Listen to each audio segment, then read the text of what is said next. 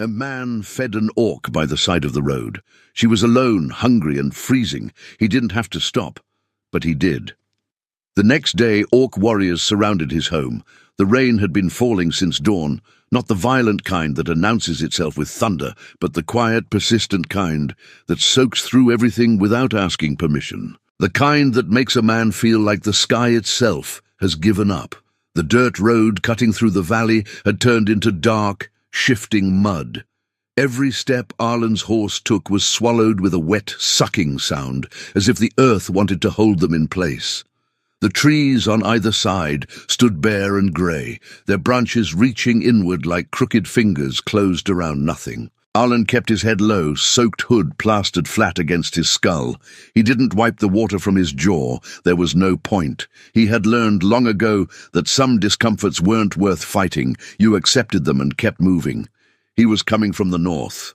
3 days at a distant trading fair, sleeping in a tent that never fully dried, hauling salted meats and carefully cured pelts to merchants who looked at everything with narrowed eyes and open palms facing down. He had sold what he brought, but not for what he'd hoped. People still hoarded coin like warmth in winter. The war had been over for 5 years, and still the peace felt too fragile to trust. Orcs and humans were no longer killing each other in open fields, but they weren't sharing meals either. They existed in cautious parallel. 2 worlds pressed up against each other, each watching the other from the corner of its eye, waiting for the first wrong move. Stories still traveled around campfires at night. Bad ones, the kind that kept old wounds from fully closing. The kind that made men grip their weapons a little tighter when they heard hooves on the road behind them. Arlen had heard those stories. He didn't repeat them. He had seen enough of the real thing to know that stories were always smaller or larger than the truth, depending on who needed them to be. What he carried instead was something quieter. A wariness, yes, but also a kind of exhaustion with the hatred itself. He was tired of it the way a man gets tired of bad weather, not shocked by it anymore, just worn down. He exhaled and guided the horse around a deep rut in the road. That was when the sound reached him. Subtle, almost swallowed by the rain. Wood shifting under weight, not the creak of a tree in wind, something deliberate, something aware. He pulled the reins. To the left of the road, half sunk in the waterlogged ditch, lay the carcass of a broken wagon. Tipped onto its side, wheels pointing at the grey sky, one panel caved in entirely, leaving a jagged opening large enough for a person to disappear into. Whatever had been carrying it was long gone. Arlen almost kept riding, but the sound had been too careful to be an animal, too controlled to be the wind. He dismounted. Boots hit the mud with a low thud. He moved without urgency, hands open at his sides, no weapon drawn, no sharp motion that might startle whatever was sheltering in that shadow. He crouched at the opening and looked in. She was pressed so far into the dark interior of the wreck that she had nearly become part of it. Her green skin had gone pale, not the vivid, healthy tone he'd seen on orc soldiers years ago, but the washed-out colour of someone who had been cold and hungry for far too long. Her dark hair hung in long, tangled braids, each one soaked through and clinging to the side of her face. Her clothing was torn at the shoulder, stained with mud and what might have been dried blood. Her hands were wrapped around her own knees, pulling them to her chest. She was trembling. Her eyes found him instantly, amber dark, wide, burning with the particular kind of fear that belongs not to a predator, but to something already cornered. She pressed herself further back, making herself as small as her frame would allow. Arlen raised both hands, slowly, palms out. "I'm not going to hurt you." She said nothing. She only watched him, calculating, the way a wounded animal measures the hand reaching toward it, deciding whether this is the hand that feeds or the hand that ends. He read the rest in her body. The trembling was not anger, not the coiled readiness of a warrior. It was cold, exhaustion, hunger, that particular hollowness around the eyes, that tightness in the jaw, that he had seen before on desperate faces in desperate times, regardless of the skin wearing it. He stepped back, reached into the saddlebag without breaking eye contact. His hand found a dense piece of bread and a small gourd of water, simple things, traveller's things, and he set them at the edge of the opening, not close enough to crowd her, not far enough to make her come to him. "You can take them." The rain filled the silence between them. She stared at the bread, then at him, then at the bread again. Every instinct written plainly across her face. The war between survival and suspicion, between the body screaming eat and the mind whispering trap. Then finally she moved, slow as smoke. One hand reached out, took the bread, pulled it back into the shadow. She ate fast, the kind of eating that has forgotten dignity entirely, because dignity is a luxury that hunger cannot afford. Arlen looked away. He gave her that much. When he looked back, the bread was gone, and she was watching him again. Something had changed in her expression, barely anything, just a hairline fracture in the wall of pure fear, not trust. Not yet, but the first fragile seed of a question. Why? He reached into the saddlebag one last time and pulled out the thick bear pelt he kept rolled at the bottom, wide, heavy, still dry on the inner side. He placed it at the opening, stepped back. "So you don't freeze." A pause. "You don't have to trust me." Another pause, longer this time, as if the words needed space to land. "Just don't die out here." Something in that last line crossed whatever distance remained. He could see it happen. A slight shift in her posture, a blink that lasted a beat too long. Not enough to speak, but enough to register. She stayed where she was. Arlen nodded once, as if the silence were answer enough, and walked back to his horse. He mounted without rushing, settled into the saddle, and let himself look back one final time. She was still there, alive, with food in her stomach, water on her lips, and warmth within reach. It was enough, for now. He turned north and rode on, the rain closing behind him like a curtain. He had no way of knowing who she was, no way of knowing what the morning would bring, and somewhere deep in the grey quiet of that ride home, a thought crossed his mind, small and uninvited, that he dismissed almost before it fully formed. What if she wasn't alone? The morning arrived clean. That was the first thing Arlen noticed when he stepped outside. The sky had traded its grey weight for something colder and sharper, the kind of clear that follows a long rain, like a held breath finally released.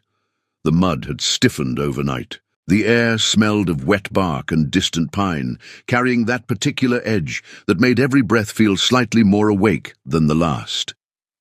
He had slept well, which surprised him. He had half expected the image of those amber eyes to follow him into his dreams, the hunger behind them, the fear. But sleep had come fast and without ceremony, the way it does for a man who works with his body and holds his thoughts at arm's length. He was outside by the time the light was barely an hour old, stacking split wood against the side wall of the house. The axe was familiar in his hands.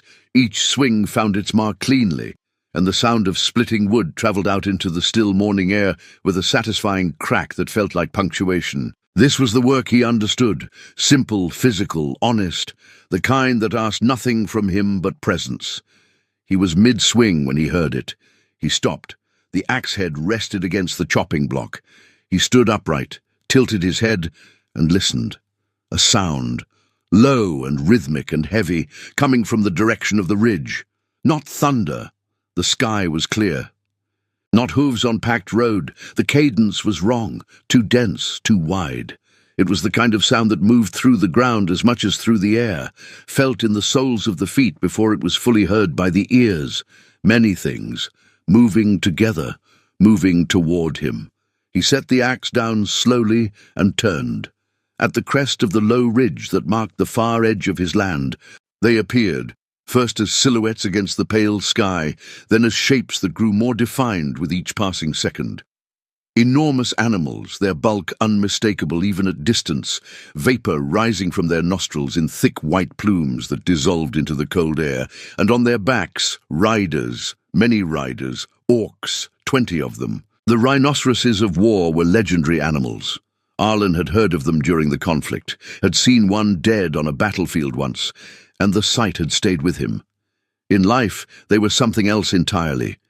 Each one stood nearly as tall at the shoulder as a draft horse was long, their hides scarred and thick, their horns worn and stained. The ground registered their weight with every step, not a tremor exactly, but a kind of pressure, as though the earth were being reminded who it belonged to. The warriors riding them were built to match.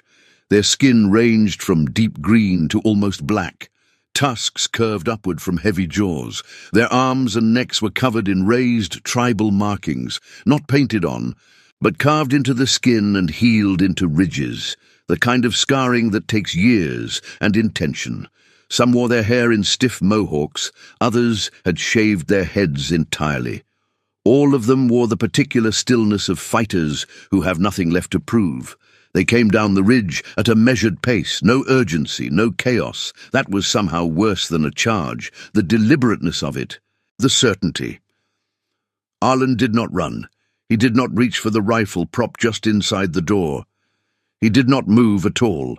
He stood in the yard with his hands loose at his sides and waited, because there was a kind of logic that told him, if 20 armed orcs on war rhinoceroses wanted him dead before he could blink, they would not have come down the ridge at a walk. They would not have let him hear them coming. The group halted 20 feet from where he stood. The animals shifted and blew steam. One of them pawed the frozen ground once and went still. The largest orc dismounted. He did it without ceremony, simply swung one leg over and dropped to the earth, and the drop itself seemed to carry weight, as if his presence had physical density beyond what the body alone accounted for. He walked toward Arlen with slow, even strides. His face bore more scars than the others. His eyes were dark and steady and gave nothing away. He stopped 3 feet away, studied Arlen for a long moment, not with hostility, but with the kind of deliberate assessment that precedes a decision already half made. Then he spoke. "You." The single word arrived like a stone dropped into still water, sending rings outward in the silence. "You fed one of ours." Arlen held the gaze. He didn't answer immediately, not out of fear, but because a man who speaks too fast in moments like this often says the wrong thing. He let the words settle, let the orc see that he wasn't going to flinch or scramble for an explanation. Yes. The orc's expression didn't change. He simply nodded, a single slow motion, and made a gesture over his shoulder. The warriors parted, and she walked through. She was not the same person he had found in that wreck. The woman who walked through the line of warriors was clean, straight-backed, and present in a way that the creature shivering in the broken wagon simply had not been. Her braids had been washed and rewoven tight against her head and falling past her shoulders. Her clothing was whole, practical, layered, bearing the marks of her people without decoration for its own sake. She moved without rushing, and the warriors she passed between did not acknowledge her passage because they did not need to. Her place among them was understood. She stopped at the large orc's side and looked at Arlen. The fear was gone, completely, unmistakably gone. In its place was something more difficult to read, the expression of someone who has had time to think, who has processed something unexpected and is still deciding what to do with it. "I told them," she said, her voice steady and clear. "A human saved me when I could have died." The silence that followed was not empty. It was full of the weight of 20 warriors listening, of years of war layered under a fragile truce, of 2 people standing 3 feet apart across a distance that had nothing to do with geography. The large orc spoke again. "She is the daughter of the Lord of our people." Arlen blinked. He couldn't stop it. The small, involuntary response that came not from fear, but from the sudden recalibration of scale. He had handed bread to a girl in a ditch. The girl was royalty. The correction landed with quiet force. He said nothing. There was nothing to say that would improve on silence. The orc continued, and something in his voice had shifted. The interrogating edge had been filed down, replaced by something more deliberate. "And you treated her as someone worthy of living." The wind moved between them, cold and clean off the ridge. Then the orc did something Arlen had not expected. He raised his right fist and pressed it to his chest. A single, firm motion, eyes direct, head slightly lowered. "We came to thank you." And behind him, one by one, as if the gesture were a word that each of them had been waiting to say, every warrior raised their fist and pressed it to their chest. 20 impacts, nearly simultaneous, producing a sound that was somehow both heavy and precise, not a battle cry, not a threat, something older and rarer than either, honor, given freely to a man who had not asked for it. Arlen stood in his yard in the cold morning air and felt the weight of it. Valera stepped forward then, closer than she had come the day before, close enough that he could see the small scar along her jaw that hadn't been visible in the dark of the wagon. "I didn't trust you yesterday," she said.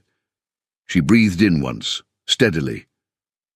"But you trusted me, even so." He looked at her. At the directness in her eyes, the absence of performance in the way she held herself. She was not saying this because she was supposed to. She was saying it because it was true, and because it cost her something to admit it, and she was paying that cost willingly. "Sometimes someone has to go first," he said. She held his gaze for a moment, then nodded. The large orc spoke again, and his voice carried something new, not command but invitation. "Our gratitude does not end here." Arlen frowned slightly. "You don't owe me anything. She's alive. That's enough." Valera shook her head, and there was something almost gentle in the correction. "For you, perhaps. For us, this is a debt." "Come with us to our lands," the orc said. "Our Lord wishes to thank you himself." The words settled over Arlen like the first drop of rain before a storm, small, singular, but carrying the full weight of what was coming. A human, invited into orc territory. Even now, 5 years past the last battle, that was not a thing that happened. It was the kind of invitation that could be a gift or a trap, and the only way to know which was to accept it. He looked at the 20 warriors, at the animals still steaming in the cold, at Valera, who was watching him with an expression that gave nothing away but concealed nothing either. How long? 4 days of travel. He stood in the quiet for a long moment, turning the decision over. He thought about the gold he hadn't made at the fair. He thought about the cold house and the stacked wood, and the life that would be exactly the same when he came back, if he came back. He thought about the bread, the pelt, the way she had looked at him when he said, "Don't die out here." The way something had shifted in her eyes. He thought about the kind of man he was when no one was watching. "I'll go." The orc nodded once, and somewhere behind that stillness, Arlen could have sworn he saw the edge of something. Not quite relief, but adjacent to it. As if the answer had mattered more than the asking had let on. The war rhinoceroses shifted and blew steam into the morning air, and the journey that would change everything began with a single step into the frost. They traveled in formation. Not aggressive formation, not the kind built for a fight, but the practiced arrangement of a group accustomed to moving together through terrain that didn't always cooperate. The rhinoceroses set a steady pace, their footfalls absorbed by the softening ground as the morning warmed slightly. Arlen rode his horse at the middle of the group, positioned between Valera's mount and the outer edge of the column, which meant he spent the first 2 hours of riding surrounded by the low, constant sound of enormous animals breathing. He found, to his mild surprise, that he didn't mind it. He had expected tension, the particular kind that comes from being the only member of your species in a group, but the warriors gave him no cause for it. They were not warm, exactly. But they were not hostile. They rode in the manner of professionals, focused, economical, unbothered by his presence in a way that felt genuine rather than performed. Valera rode close enough for conversation but didn't force it. She kept her eyes on the road ahead, one hand resting on the ridge of her rhinoceros's neck, with the casual ease of someone who has ridden this animal so long that its movements have become an extension of her own. Arlen watched the landscape change around them as they moved south and east, the hills flattening gradually, the trees thickening on either side of the track. After a while, he looked across at her. "What's your name?" She turned to him without surprise, as if she'd been waiting for the question. "Valera. Arlen." She nodded once. They rode in silence for a few minutes more, and then he asked the thing he'd been turning over since he first saw her in that broken wagon. "How did you end up there?" She didn't answer immediately. He watched her gaze move to the middle distance, not evasive, just retrieving something that required care to carry. "We were returning to our lands," she said. "The mountain path was the fastest route." She paused. The path was narrow. There had been rain for 3 days before we traveled it. He already knew where this was going. He had seen mountain paths after sustained rain, had watched stable-looking slopes develop opinions. He said nothing and let her continue. The ground gave way above us. Stones, a lot of them coming fast. The rhinoceroses panicked. She said it without judgment. The animals had done what animals do, and she held no resentment toward the instinct that had nearly killed her. Mine went off the path, near a ledge. We went over the edge together. Her voice dropped slightly, fell into the river below. We were carried for a long time. Arlen thought about the torn shoulder of her clothing, the dried blood, the pallor of her skin, hours in a cold mountain river. He had nearly drowned in one once, years ago in the war, and the memory lived not in his mind but in his chest, in the reflex that still tightened there whenever he crossed a fast-moving current. "I found a log," she continued.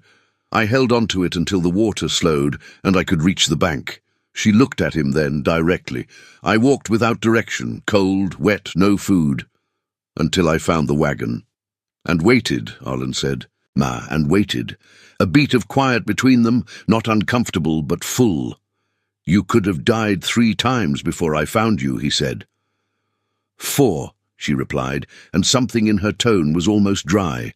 The ledge, the river, the cold, and then a human stopping at a broken wagon in the rain. He looked at her.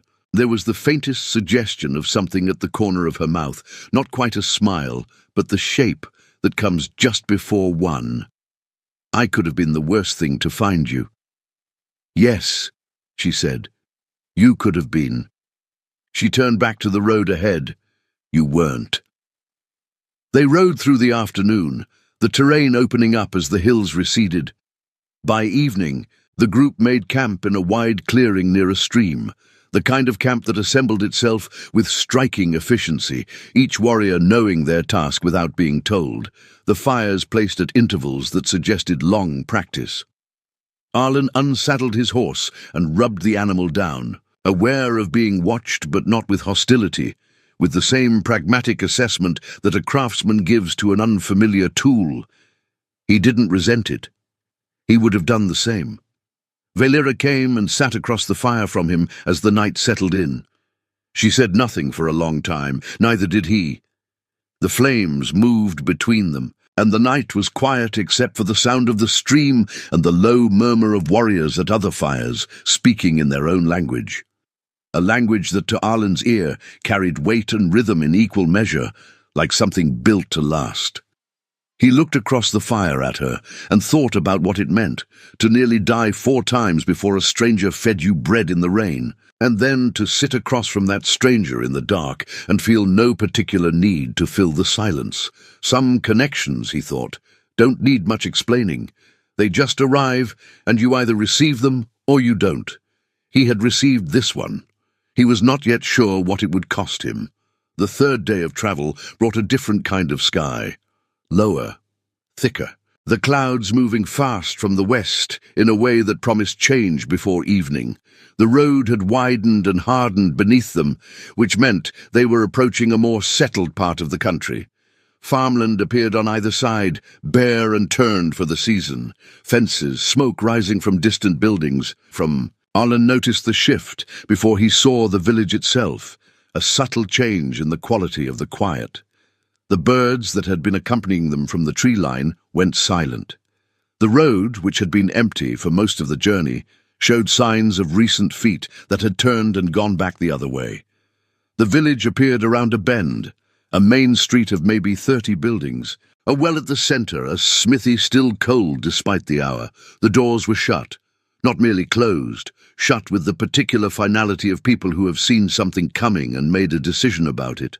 Curtains were pulled at windows, but the curtains moved. They were being watched. Arlen felt the group tighten around him, not with panic, but with the trained alertness of fighters who have processed a threat before it fully materializes. The rhinoceroses slowed without being commanded. Valera's hand moved from the neck of her mount to the ridge near her weapon, not gripping it, but knowing where it was. The men came from the side streets, about 50 of them, spreading in a loose arc across the road and the spaces between buildings, fanning out to eliminate routes without making it obvious that was what they were doing. They were armed with rifles, revolvers, the kind of weapons that spoke to a community that had survived hard years by being prepared for more of them. Their faces were not savage, they were afraid. And people who are afraid with weapons in their hands are more dangerous than people who simply want to fight. One wrong sound, one sudden motion, one animal that startled at the wrong moment. The air between the two groups became a held breath. Arlen moved before he had fully decided to. He walked his horse forward, past the lead rhinoceros, past the head of the column, and positioned himself in the open space between the warriors and the villagers. He felt the aim of those rifles shift to account for him, which was at least a change in the calculation. He raised both hands. "Hey!" The word was not elegant, but it was human, and it was loud, and it cut through the silence cleanly enough. "They're traveling to their own lands." He kept his voice even, not placating, not commanding, just factual in the way that sometimes gets through to people before their fear does. "They don't want to fight." A man stepped forward from the villagers' line, older, broad through the shoulders, carrying himself with the specific gravity of someone accustomed to being the one who speaks last. His rifle was pointed at the ground, but his grip on it was not loose. "Orcs on our road has never meant anything good." Arlen nodded. "The war's over." A pause. Then, with more weight, "And nobody here wants to start another one." He let his eyes move across the men spread out in the arc. Some of them were young enough that the war for them was something they knew from stories rather than from the smell of it. Others had the particular stillness of men who remembered exactly what they'd seen and had spent years trying to put some distance between themselves and it. "I'm with them," Arlen said. "If they wanted trouble, I wouldn't be standing." The older man looked at him. The kind of look that weighs a man's word against his face, against his hands, against the way he sits a horse. "Lower your weapons." The silence stretched out like wire pulled too tight. Then the first man lowered his rifle. It was all it took. One by one, the arc of tension disassembled itself, not with enthusiasm, not with warmth, but with the grudging, exhausted practicality of people who have fought enough to know the difference between a threat and a miscalculation. They talked for hours. Not easily, not without silences that had edges to them. But there was talking, explanation, history, the kind of conversation that doesn't resolve anything but at least maps the distance between positions. The older man's name was Doran. He had lost a son in the war. The fact sat between them, like an object on a table that everyone was careful not to knock over. By late afternoon, something had shifted enough. "You can stay the night," Doran said, his voice carrying the weight of a decision that had cost him something, in the barn. "Thank you," Arlen said. In the morning, before the group departed, the warriors left 3 folded pelts on the ground outside the barn, premium hides, the kind that took skill and time to prepare. They were placed without ceremony, without an audience, just left there, to be found. Doran stood in his doorway and watched the group move out onto the road. He didn't wave, but he didn't look away either. And in the simple act of watching them go without fear, Arlen recognized something fragile and new beginning to form. He hoped it would survive the winter. They reached the Orklands on the fourth day, in the hour before noon.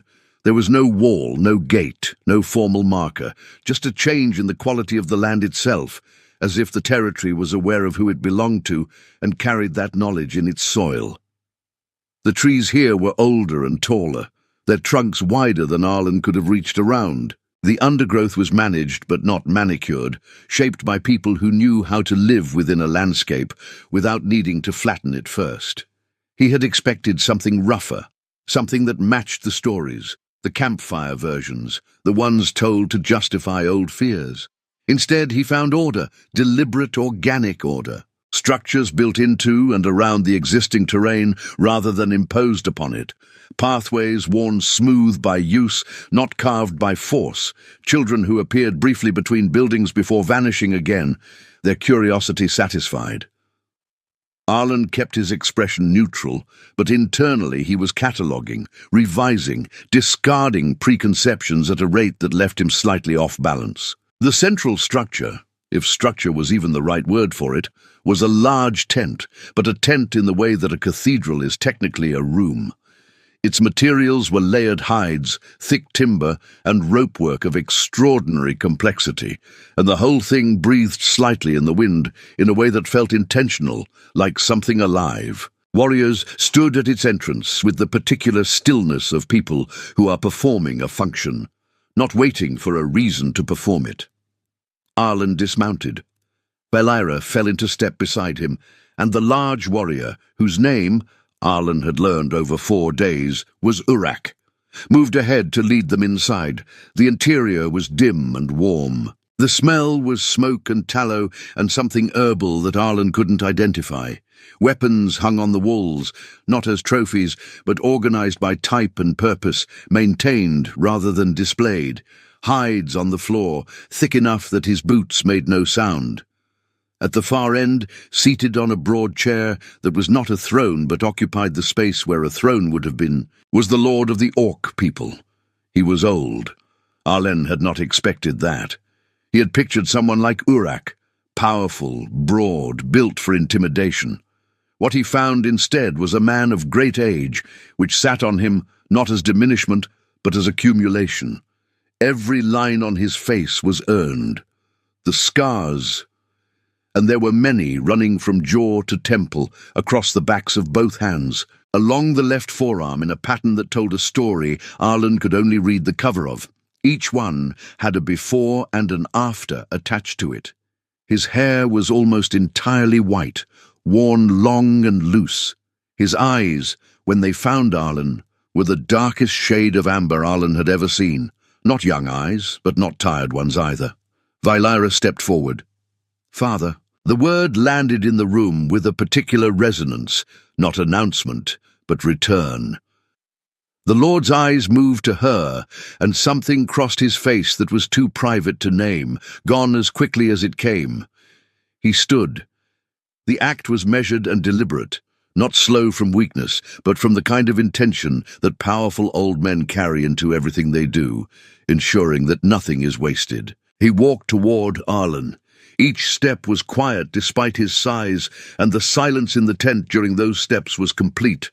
No warrior shifted, no fire crackled loudly, as if the room itself was paying attention. He stopped in front of Arlen. For a long moment he simply looked at him, not challenging, not measuring. The same kind of measuring that Arlen himself had done 4 days ago when 20 orcs appeared on his ridge. The honest assessment of what a person is made of, conducted through the eyes alone. "You saved my daughter." The words were not shaped as a question or an accusation. They were a statement of fact that carried the full weight of what it meant. Not just the act itself, but the context of it. A human, a roadside, a broken wagon, a world still flinching from a war, the 1,000 reasons not to stop, and the choice to stop anyway. Arlen held the gaze. There was nothing to say that would add to the moment, so he said nothing. The Lord made a gesture, the smallest motion of 2 fingers, and 2 warriors approached from the side. carrying between them a sack that they set on the ground in front of Arlen with a sound that was immediate and unmistakable, the dense, articulate ring of gold. "This does not pay for a life," the Lord said, "but it is what we can give." Arlen looked down at the sack. He crouched and tried to lift it with one hand. He barely moved it. He switched to two hands and straightened slowly, feeling the weight redistribute itself across his frame. His breath came out in a short burst, despite himself. There was no other word for it, a fortune. He looked up at Valera. She was watching him with the expression he had come to recognize over 4 days of travel, direct, slightly guarded, waiting to see what he would do with the moment. "Are we even now?" she asked. He looked at the gold. He looked at her. He thought about the bread, the pelt, the decision made in the rain without an audience. "I don't think we were ever in debt to each other," he said. She held his gaze for a beat, then looked away. And in the turning away, he caught the thing she hadn't quite hidden, something warm moving through her expression before she could organize it back into stillness. The Lord of the Orc people nodded once, and the tent, which had been holding its breath, quietly exhaled. That night, they ate together. It was not a ceremonial feast. There were no elaborate preparations, no formal arrangement of seating, no speeches. It was simply food, made by hands accustomed to feeding many people efficiently, shared across fires that had been built for warmth rather than spectacle. And yet there was something in the evening that felt like ceremony, despite the absence of ritual. The way some moments organized themselves into significance without being told to. Arlen sat between Valera and Urak, which placed him at the main fire. The largest one, around which the senior warriors gathered after the meal, had settled into the comfortable, slower rhythm of the second hour. The gold sat secured to his horse. That chapter felt, for the moment, finished. The stories began the way stories do around fires, sideways. Someone said something that reminded someone else of something, and that thing had a shape that invited another, and before long the evening had a direction. An older warrior named Keth, whose face bore a scar that bisected his left eyebrow and gave him an expression of permanent, mild inquiry, told the story of a battle that Arlen recognized by its location, the crossing at the Mere River in the 3rd year of the war. Keth told it from the other side, and Arlen listened to the same sequence of events he had witnessed from 50 yards and a decade of distance, described in a voice that held neither glory nor bitterness in it, just the clean, flat recounting of what had happened and what it had cost. When Keth finished, the fire crackled. Everyone around it was looking at Arlen, not demanding anything, but waiting, with the particular patience of people who understand that a story answered with silence is also an answer. "I was at the mere crossing," Arlen said. He could feel the quality of the attention sharpen. "On the other side," he told his version. Not the version from the campfire stories, not the one that required an enemy to be monstrous in order to make sense of what had been done, just what he had seen, the cold of the morning, the way the water had looked, a friend of his named Cord who had been there at dawn and was not there by noon, and the specific, useless feeling of carrying that fact home. When he was done, Keth looked at him for a moment. Then the old warrior said something in the Orc language, low and deliberate. Valera translated quietly, leaning slightly toward Arlen. He says, "The river remembers both banks." Arlen sat with that for a while. The fire shifted. The night was deep and clear above them, the stars occupying every inch of sky that the trees left open. Somewhere in the camp, a child was being put to sleep, the sound of it drifting across in a language he didn't know but understood the shape of anyway. Later, after the older warriors had drifted away, and it was only Arlen and Valera left at the diminished fire, she told him something she had not mentioned during the journey. When the riders had found her and brought her home, she had said nothing about what had happened at first. She had accepted the warmth and the food and the familiar faces and kept the story of the man, with the bread and the pelt inside herself, like a stone held in a closed fist, not yet sure what it was worth. "My father asked me who had helped me," she said. "I told him a human." She looked at the coals. "He didn't say anything. He just stood there, and then he said, 'Show me where.' 'And you brought them to my house,' Arlen said. "He brought them," she corrected. "I just pointed the direction." A pause.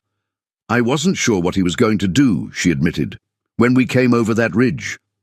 Arlen looked at her sidelong. "Neither was I." She glanced at him and something moved in her expression, the recognition of two people who had both been in the same uncertain moment, from different sides of it. "Were you afraid?" she asked. He thought about the honest answer. "I was calculating," he said.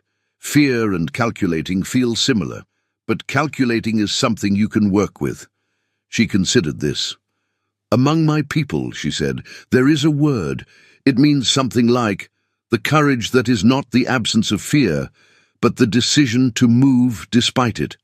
She paused. "You have that." He looked at the fire. "I've been told I have bad judgment," he said. "It's possible both things are true." She laughed. It was a short, genuine, slightly surprised sound, the kind that escapes before the person decides to let it. And it changed the temperature of the air between them in a way that neither of them acknowledged, and both of them noticed. The fire burned low. The night held them in it, quietly. And somewhere in the dark behind them, the accumulated weight of a war, a road, a broken wagon, and 4 days of travel was becoming something else. Something lighter and more durable and made of entirely different materials. He left in the morning. There was no extended farewell. The orcs were not a people who stretched goodbyes into performance. And Arlen had learned enough over 4 days to understand that brevity here was not coldness. It was respect, the acknowledgement that a person's time belongs to them and that the value of a leave-taking is not measured in its length. His horse was saddled. The gold was secured in 2 bags, distributed across the animal's flanks for balance. And even so, the horse was carrying more than it was used to and showed it in its posture. Not distressed, but aware. Arlen ran a hand down the animal's neck and spoke to it quietly for a moment. The private kind of conversation that happens between a man and a horse when no one is in earshot. The camp was active around him in the way that a well-ordered community is always active, purposeful, unhurried, each person in the middle of something that had been started earlier and would continue after. Uruk found him before he mounted. The large warrior stood in front of him and said nothing for a moment, then extended one hand, not in the fist-to-chest gesture that had started everything, but open, palm up, an offering of the hand itself. Arlen took it. Uruk's grip was what he expected. Enormous, deliberate, the kind that could have been crushing and was not, which meant its restraint was a choice. He looked Arlen directly in the eye and said one thing in his own language. Vaelira, who had appeared at the edge of the moment, translated without being asked. He says, "The road remembers who walked it with honor." Arlen nodded. He held Uruk's gaze for a second after the grip released, wanting the acknowledgement to land cleanly. And then Uruk stepped back and returned to whatever he had been doing, as simply as that. Vaelira walked with Arlen to the edge of the camp. She matched his pace without effort, her hands loose at her sides, her eyes on the path ahead. The morning was cold and bright, the kind that makes everything look more defined than usual.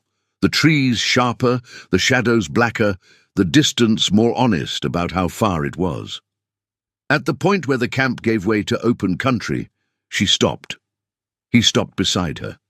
They stood there for a moment in the clear morning light, and he thought, not for the first time, but with more clarity than before, about what the last 5 days had actually been. Not an adventure, not a political gesture, not a transaction, despite the gold. Something smaller and harder to name. A handful of choices, made one at a time, each one building on the one before it, until the stack of them had become something with weight. Bread, water, a pelt, a word, a journey, a fire. A story told on both sides. He looked at her. "Thank you," she said, "for not leaving that day." He thought about the moment on the road, the almost of it, the near miss, how close he had come to keeping his head down and riding through. "Thank you for trusting me, eventually." The corner of her mouth moved. "You made it difficult not to." He smiled at that, properly, the kind he didn't produce often enough. It felt like something opening that had been shut for a long time, and he let it be what it was, without self-consciousness. She reached into the fold of her coat and produced something small. A carved piece of dark wood, no larger than his thumb, worn smooth in a way that suggested it had been carried a long time. It bore a marking along one side, a raised ridge in the shape of a river, with a smaller mark beside it that might have been a person or might have been a tree.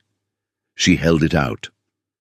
"In our tradition," she said, "this is given between people who share a debt that cannot be settled." A pause. "It means, I owe you nothing, and you owe me nothing, and we are connected by that." He took it, turned it over in his fingers. The wood was warm from being against her. "I don't have anything to give you in return. You already did," she said. "Twice." He closed his hand around the carving. She stepped back. One step, then two, maintaining eye contact in the way that people do when they are leaving somewhere they intend to come back to, or aren't sure they will, and want to record the moment accurately just in case. "Safe road, Arlen. Safe road, Valera." He mounted, settled, turned the horse north. He did not look back, not because he didn't want to, but because looking back would have made it a different kind of leaving than he wanted it to be. He wanted it to be the kind where the door stays open. The carved wood sat warm in his coat pocket as he rode, and the road unrolled before him pale and frost-edged in the morning light, and the weight of the gold across the horse's flanks was real and present, but it was not what he was thinking about.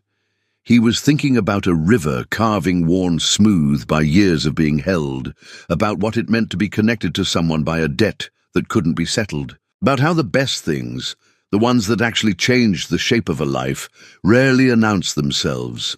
They just arrived in the rain, at the side of a broken road, when you were tired and heading home and almost didn't stop. Almost. He arrived home the next morning. The house looked exactly as he'd left it, the stacked wood against the wall, the axe still resting where he'd set it down when the sound on the ridge stopped him. The fire inside had long gone cold. The water in the basin had a thin skin of ice across it, the ordinary accumulation of a place that has been waiting without complaint. He unsaddled the horse first, fed it, watered it, checked its legs from the 4 days of harder travel than it was used to. Only then did he bring the gold inside, 2 bags, one at a time, setting them on the table with the same dense metallic ring that had sounded in the Lord's tent. In the small, familiar room, the sound was louder, more specific, more real. He sat down at the table and looked at the bags for a while, not counting, not planning, just looking. It was a strange thing to be sitting in the same house, the same chair, after something that had changed the interior arrangement of his understanding about the world. The house didn't know. The chair didn't know. The cold hearth didn't know. Everything was precisely where he had left it, except him. He thought about the fair where he'd gotten bad prices, about the people hoarding coin because the piece felt too fragile, about the stories told around campfires, the ones that kept the old fear fed and the old distance maintained. He thought about Doran, standing in his doorway watching the group move out, not waving but not looking away, about Keth and the Mere River, told from the other side, about Urak's grip, the deliberate restraint in it, the choice not to crush. He thought about Valera's laugh, the specific surprise in it, the way it had escaped before she decided to let it out. He thought about a piece of carved dark wood, warm from years of being carried, sitting now in the pocket of his coat. After a while he got up and built a fire. He sat in front of it as it caught and grew, watching the flame establish itself with the particular patient attention that fire demands. Outside, the morning was still and bright. A bird moved through the bare branches of the tree near the window, pausing once to look at nothing in particular, then moving on. He thought about the decision on the road, about the quality of the almost, how thin it had been, how ordinary the moment was, tired, underpaid, head down against the rain, no reason to stop, and how the stopping had cost him nothing he couldn't spare, a piece of bread, some water, a pelt he could replace, the 10 minutes it took to dismount, leave the things, and remount. Against that, 4 days of travel, 100 small recalibrations, Keth's voice saying the river remembers both banks. An old man with a scarred face standing up to look him in the eye and say, "You treated her as someone worthy of living." 20 fists against 20 chests in the cold morning air. A laugh, short and genuine, escaping before it was decided. A carving, and the meaning of it, "I owe you nothing and you owe me nothing, and we are connected by that." He held the carving now, turning it over in his fingers by the fire the way he had on the road, the raised line of the river, the small mark beside it. A person. Definitely a person. He set it on the mantel where he could see it from the chair. The fire had found its rhythm now, producing steady warmth that moved through the cold room and softened its edges. He leaned back and looked at the ceiling, and the thought he'd been circling since the ride home finally arrived in full. The world did not change because of large things alone. It changed because of what ordinary people did at ordinary moments, when no one was watching, when there was nothing to gain, when the easiest thing was to keep riding and the harder thing was to stop. A war had happened. Treaties had been signed. Borders had been redrawn, proclamations had been issued, and speeches made, and histories written, and all of that mattered, but none of it had been present on that road in the rain, none of it had been in the broken wagon, none of it had passed between him and those amber eyes across the distance of a piece of bread. What had been there was simpler, and it turned out that simpler was enough. He didn't know what came next. Whether Doran would eventually stop needing the barn to feel safe enough, whether the roads between the two peoples would one day carry ordinary traffic instead of guarded passage, whether the campfire stories would slowly give way to other stories, the kind that Keth had told without glory or bitterness. He didn't know whether he'd see Valira again, or what shape the connection between them would take across the distance of their respective worlds. He knew only what he had done, and what it had returned to him. He had stopped in the rain because a human being looked past the wrong skin and the wrong moment and saw something worth keeping alive. That was all. That was everything.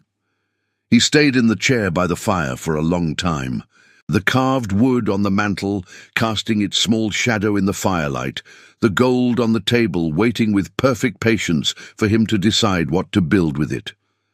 And in the quiet of the room, with the bird gone from the tree and the morning deepening outside, Arlen felt something he had not felt in 5 years, of fragile peace and careful distance. Not hope exactly, something more durable than hope. The certainty that even in a world marked by what people had done to each other, even there, in the wreckage of it, there was still room for the thing that required the least resources and left the longest mark. Kindness. Not as weakness, not as strategy, but as the quiet, stubborn, unremarkable act of a man who stopped when almost didn't, and changed everything. Did you enjoy the story? Subscribe to the channel to watch more stories like this one. Leave a like, it helps the channel a lot, and drop a comment down below. I always read them and use your feedback to make our content better. Thanks so much. Orc-Bound Legacy.